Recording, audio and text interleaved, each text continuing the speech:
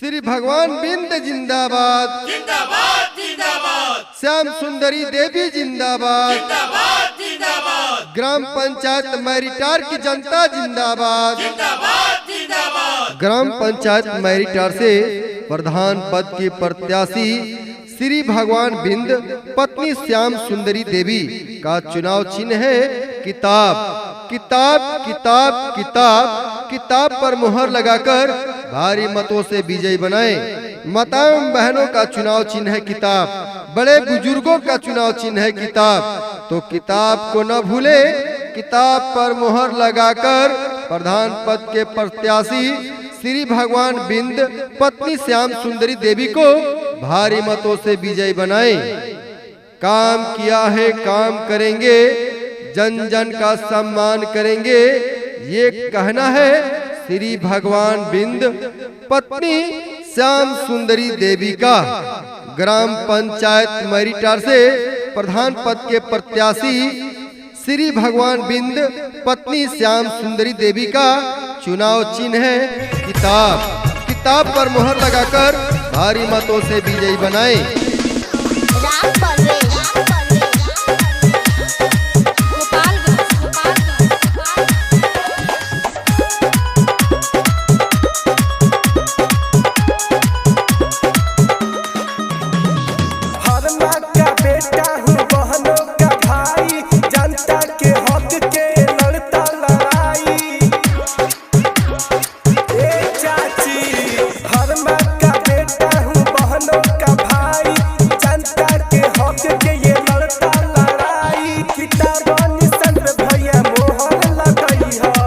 श्याम सुंदरी देवी के विजयी बनई है, किताब निशाना पे मोहर लगई है।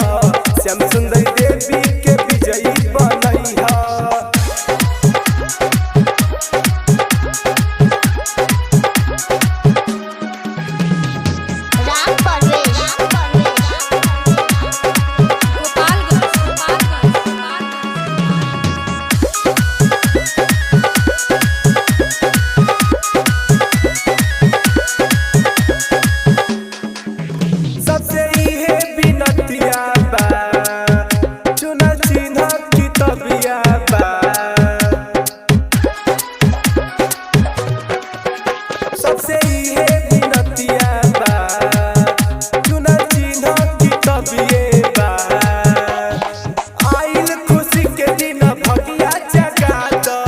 चाची भैया के विजयी बना दो, किताब निशान पे भैया मोहर लगा दो।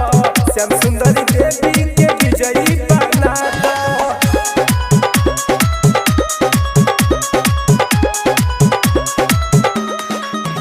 हमें किताब निशानवा हो, सुनो भैया मोर जवानवा हो।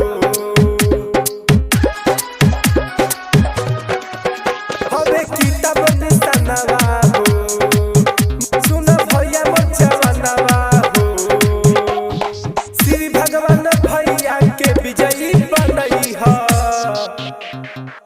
किताब निशान पे भैया मोहर लगई है। श्याम सुंदरी देवी के विजयी बनई है, किताब निशान पे भैया मोहर लगई है। श्री भगवान बिंद जिंदाबाद जिंदाबाद जिंदाबाद। श्याम सुंदरी देवी जिंदाबाद जिंदाबाद जिंदाबाद। ग्राम पंचायत मैरिटार की जनता जिंदाबाद जिंदाबाद जिंदाबाद। ग्राम पंचायत मैरिटार से प्रधान पद की प्रत्याशी श्री भगवान बिंद पत्नी श्याम सुंदरी देवी का चुनाव चिन्ह है किताब।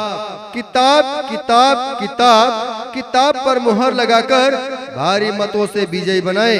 माताओं बहनों का चुनाव चिन्ह है किताब, बड़े बुजुर्गों का चुनाव चिन्ह है किताब। तो किताब को न भूले, किताब पर मुहर लगाकर प्रधान पद के प्रत्याशी श्री भगवान बिंद पत्नी श्याम सुंदरी देवी को भारी मतों से विजयी बनाए। काम किया है काम करेंगे, जन जन का सम्मान करेंगे, ये कहना है श्री भगवान बिंद पत्नी श्याम सुंदरी देवी का। ग्राम पंचायत मैरिटार से प्रधान पद के प्रत्याशी श्री भगवान बिंद पत्नी श्याम सुंदरी देवी का चुनाव चिन्ह है किताब। किताब पर मुहर लगाकर भारी मतों से विजयी बनाएं।